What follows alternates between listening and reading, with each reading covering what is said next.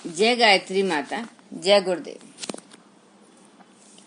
मैं आपको गुरुदेव जी का अनमोल वचन अपने शब्दों में सुनाना चाहती हूँ। कभी निराश न होने वाला सच्चा साहसी होता है।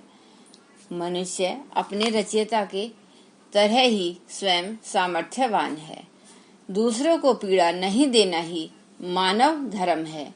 शिक्षा वह होती है जो हाथों को आजीविका उपार्जन सिखाए और मानवीय दायित्वों का निर्वहन करे।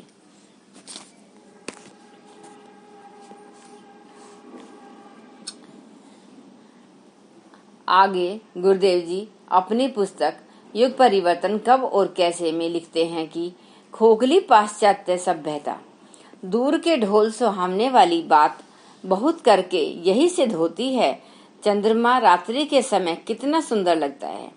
कविगण उसका बखान करते नहीं थकते, पर उस तक पहुंचने वालों में उसकी कुरूपता का भयानक वर्णन किया है। गड्ढे और टीले वाली जमीन कहीं अतिशय गर्मी, कहीं चरम शीत, न हवा न पानी न सुरक्षा, उपकरणों के बिना कोई एक क्षण के लिए भी नहीं ठहर सकता। सर्प कितना सुंदर लगता है। धूप में उसकी लाल चमक और आकृति देखते ही बनती है।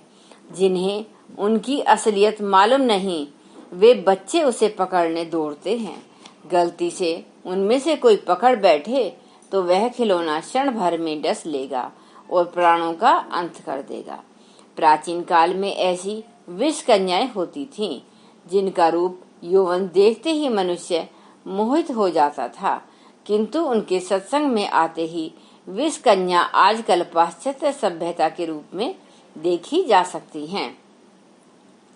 अमेरिका, अफ्रीका, ऑस्ट्रेलिया, न्यूजीलैंड जैसे देशों की खाली भूमि पर कब्जा कर लेने के उपरांत गोरे लोगों को वहां प्रकृति संपदा का आधिपत्य करने का अवसर मिला और देखते देखते थोड़े ही दिनों में माल माल हो गए। विज्ञान के विकास का भी यही युग था। अधिक कमाई करने वाले यंत्रों का निर्माण उसी पैसे से हुआ।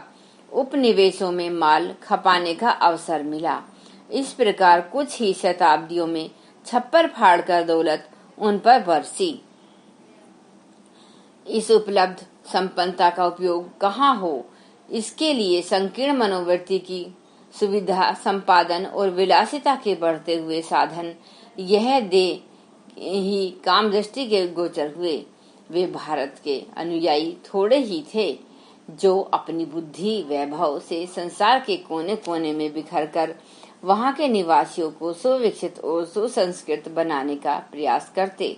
इसके लिए स्वयं कष्ट सहते। पाश्चात्य देशों के हाथ में पहुंची विपुल संपदा ने जहां शिक्षा, चिकित्सा जैसे उपयोगी साधन बढ़ाए, वहां विलासिता की सामग्री जुटाने में भी कमी न रखी। यह लंबे समय का इतिहास नहीं है। अभी 2 शताब्दियों मुश्किल से बीती हैं कि वे क्षेत्र विलासिता की चरम सीमा को छूने लगे। उनकी रुचि के व्यंजन, पकवान और स्वच्छंद यौनाचार आकर्षक सज धज उन क्षेत्रों के सर्वसाधारण को उपलब्ध हो गई। वाहन के लिए मोटर, परस्पर वार्ता के लिए टेलीफोन, घर बैठे सिनेमा देखने के लिए टेलीविजन जैसे अनेकानेक कारण उपकरण हर किसी को उपलब्ध हुए। अंधाधुंध आमदनी का आखिर उपयोग भी क्या और किन कामों में होता। यह उमंग भरी लहर थोड़े ही दिनों में अपना प्रभाव दिखाने लगी। परिवार टूटे। विलास की स्वच्छंदता में पति पत्नी का साथ रहना ही पर्याप्त था।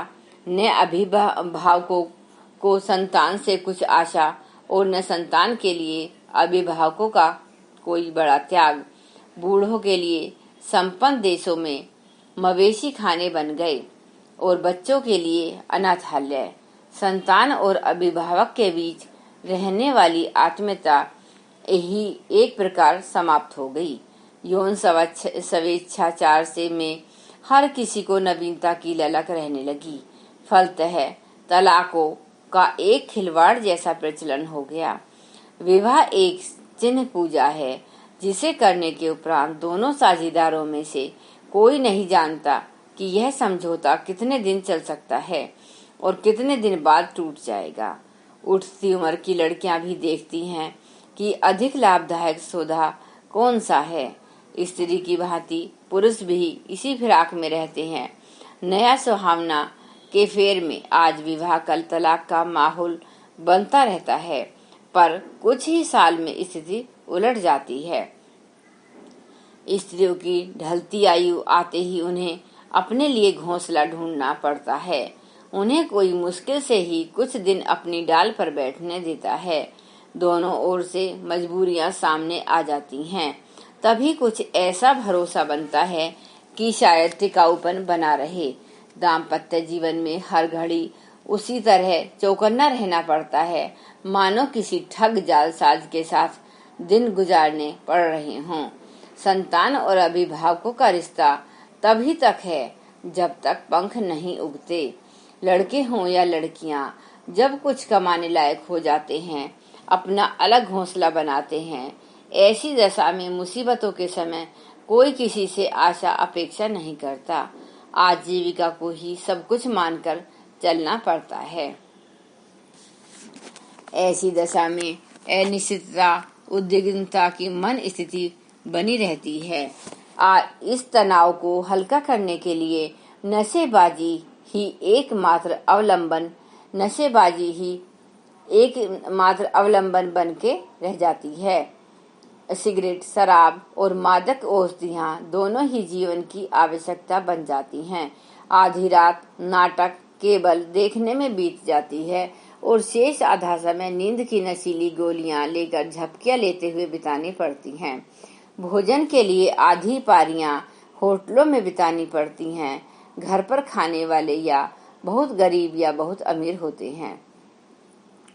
अब नौजवानों का एक नया शौक बना है कि किसी की भी जान लेना, पिस्तौल तान कर जेब खाली करा लेना या 2-3 का गिरोह बनाकर किसी अकेले या दुकेले की गर्दन मरोड़ देना।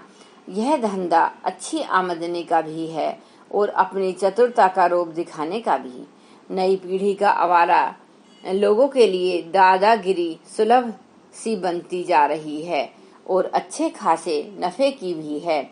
जो लड़के माँ बाप से पटरी नहीं बैठाते और पढ़ाई में मन न लगने के कारण अध कचरे रह जाते हैं, उन्हें बड़े लोगों जैसा काम तो मिलता नहीं। हल्की नौकरी में शानदार ढंग से गुजारा कैसे चले, इस समस्या का हल उन्हीं की बिरादरी के आवारा लोग आसानी से सिखा देते हैं। गिरोह बनते देर नहीं लगती। पहले कमजोर लोगों पर हाथ साफ करते हैं, बाद में जिनकी भारी जेब देखते हैं उनका पीछा करते हैं। धन्यवाद। यह पुस्तक गुरुदेव जी की लिखी हुई है। गुरुदेव जी का नाम पंडित श्री राम शर्मा आचार्य जी है। इस पुस्तक को आप भी सुनिए तथा लोगों को सुनने के लिए प्रेरित करिए। धन्यवाद। एक बार अब गायत्री मंत्र का उच्चारण करते हैं। ओम भूर्भुवः स्वः तत्सवितुर्वरेण्यं भर्गो देवस्य धीमहि धियो यो न प्रचोदयात्। जय गुरुदेव, जय गायत्री माता।